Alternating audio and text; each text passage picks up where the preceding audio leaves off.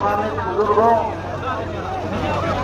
खटखट टोल के तमाम प्रबंधक लोग, माननीय चलूनी जी, बेटी दिनेश फोगाट, अब मेरी तो दिक्कत ये कि मैं इनके धरने पे जाता हूँ तो मुझे 3 की मिलाई करनी पड़ती है। ये मेरे मामा के गोद की है, साक्षी मलिक मेरे गोद की है, तो मैं 4-6 दिन पहले गया था तो 3 मिलाई करके आया कि चलो ये तो हमारे घर की बेटी है। तो मैं इससे अभी कह रहा था कि देश में जिधर निकलोगे इसी तादाद में लोग तुम्हारे साथ खड़े रहेंगे और देश के लोगों ने तुम्हारी लड़ाई को अपनी लड़ाई मान लिया है। अब इसमें कोई ज्यादा मेहनत करने की जरूरत आपको नहीं है, वो मेहनत हम करेंगे।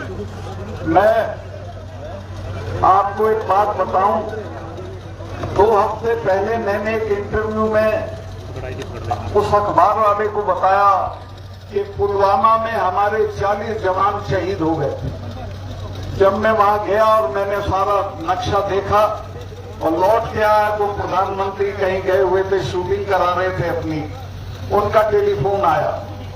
उन्होंने कहा सतपाल भाई क्या हुआ? मैंने कहा साहब ऐसे ऐसे हमारे 40 जवान शहीद हो गए और वो हमारी गलती से हुए। वो 4 महीने से हवाई जहाज मांग रहे थे जम्मू से श्रीनगर जाने के लिए, लेकिन उनको हमने हवाई जहाज नहीं दिए, लिहाजा वो सड़क के रास्ते गए और मारे गए। तो प्रधानमंत्री ने मुझे कहा कि तुम चुप रहो। 2 घंटे बाद जो हमारा सिक्योरिटी एडवाइजर है अजीत डोभाल, वो मेरे साथ पड़ा है, उसका टेलीफोन आया कि सतपाल भाई इस पे बोलो मत, इस पे चुप रहो। मैंने समझा शायद ये जांच कराते होंगे, वो जांच आज तक नहीं हुई है।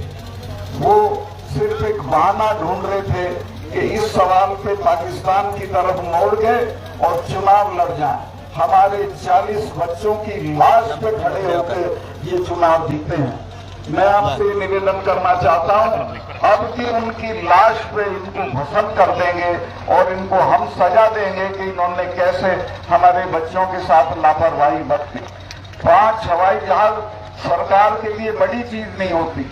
मैं वहां गवर्नर था, कश्मीर के और जम्मू के लड़के जहाज मांगते थे जब सर्दियां होती थी कि हमें इम्तिहान देने जाना है और सड़कें बंद हैं, तो मैं सबको हवाई जहाज दिलवा देता था।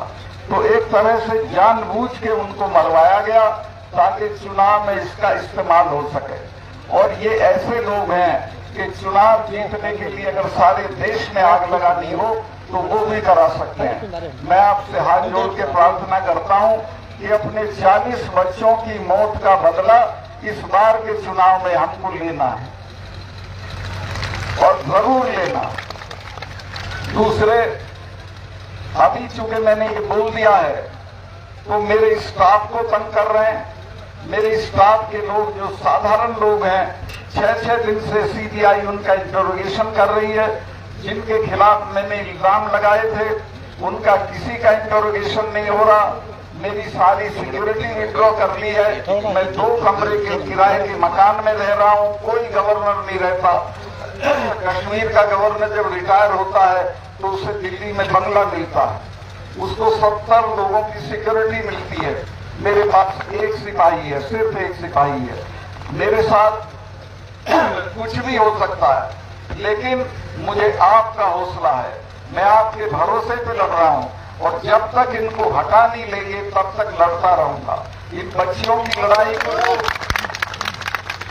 हम जरूर जीत लेंगे, मुझे कोई शुआ नहीं है। जिस तरह से देश भर में इनके लिए हमदर्दी है, ये कामयाब होंगी और कोई रोक नहीं सकता।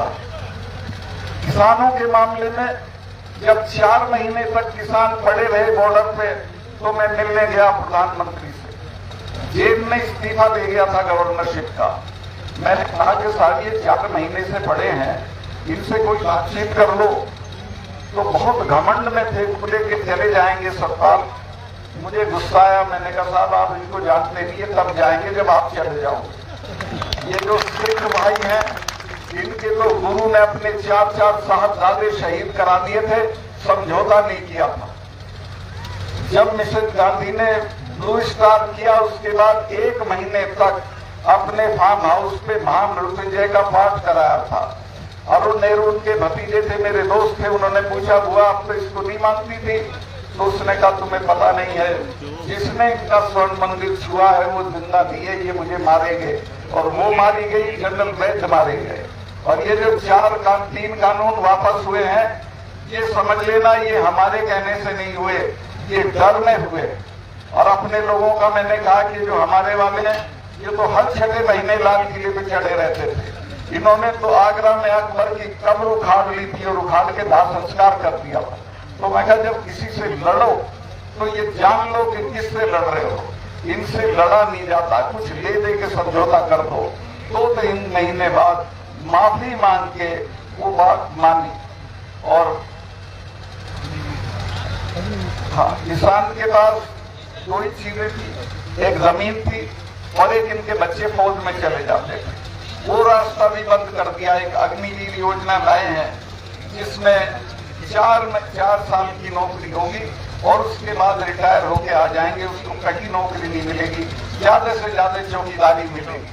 तो पूरी कोशिश ये है कि किसानों की ताकत को खत्म करो, खेती को खत्म करो, दाम मत दो, एमएसपी मत दो और इसके बच्चों को फौज की नौकरी भी मत दो। मैं बहुत लंबा नहीं करना चाहता हूं। मैं कश्मीर में था जब धारा 370 हटी थी। महबूबा ये कहती थी कि जिस दिन ये धारा 370 हटेगी खून की नदियां बह जाएंगी। दिल्ली वाले भी डरे हुए थे, वो भी कहते थे सत्ताल कैसे होगा, मैं आप छोड़ो मेरे पे, मैं आप इसको हटाओ। और वो मेरी दस्तखत से हटनी थी। मैंने चिट्ठी भेजी, मेरे चीफ सेक्रेटरी ने कहा कि मलिक साहब यहाँ तो बहुत खून खच्चर होगा, 1000 आदमी मारना पड़ेगा, यहाँ के लोग तो हथियार छीन लेंगे, थानों में घुस जाएंगे। मैंने कहा कि तुम चुप रहो, चिड़िया भी नहीं बोली। मैंने 4 एक्स चीफ मिनिस्टर गिरफ्तार किए, कुत्ता भी नहीं भौंका, कोई उनके उसमें नहीं आया हाथ में, क्योंकि मैंने 4 महीने तक ये किया था कि सबको अपना टेलीफोन नंबर ले रखा था। 2:30 बजे भी फोन आता था, मैं सुनता था। राजभवन मैंने खोल रखा था, जो जब आना चाहे आए, मैं मिलूंगा।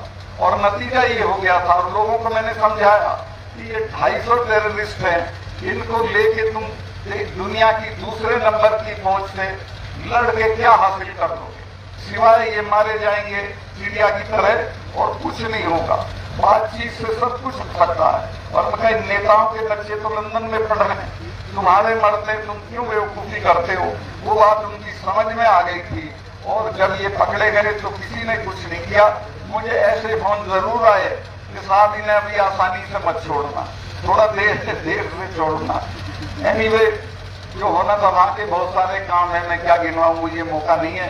लेकिन मैं ये कहना चाहता हूं कि देश में इस वक्त एक बहुत ही निर्लज और बहुत ही क्रूर सरकार है, जिसको लोगों की किसी तकलीफ से कोई मतलब नहीं है।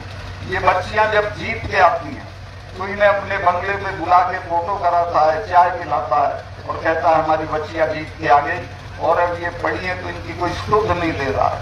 तो ऐसे लोगों से निजात पाना है, इनको हटाना है, किसी भी कीमत पे हटाना है।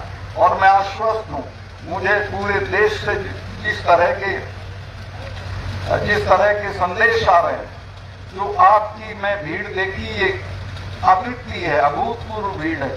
लेकिन ऐसा मत समझना कि बाकी जगह में नहीं, पूरे देश में लोगों की आग लगी हुई है इन बच्चियों के सवाल पे, किसानों के सवाल पे। और हाँ, एक चीज और आपको जिम्मेवारी दे दूं, ये चुनाव से पहले चडुनी साहब ये मुझको भी गिरफ्तार कर सकते हैं, क्योंकि ये चाहेंगे कि ये कहीं ना जाए, ये पुलवामा पे ना बोले। तो जब मैं गिरफ्तार हूं तो मैं आपसे कोई ये तवक्को नहीं करता हूं कि क्या करना है, ये आप मेरे से बेहतर जानते हो। दूसरे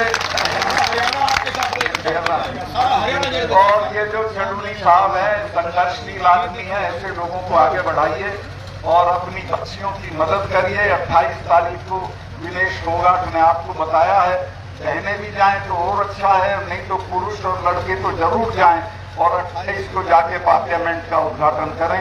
बहुत बहुत धन्यवाद।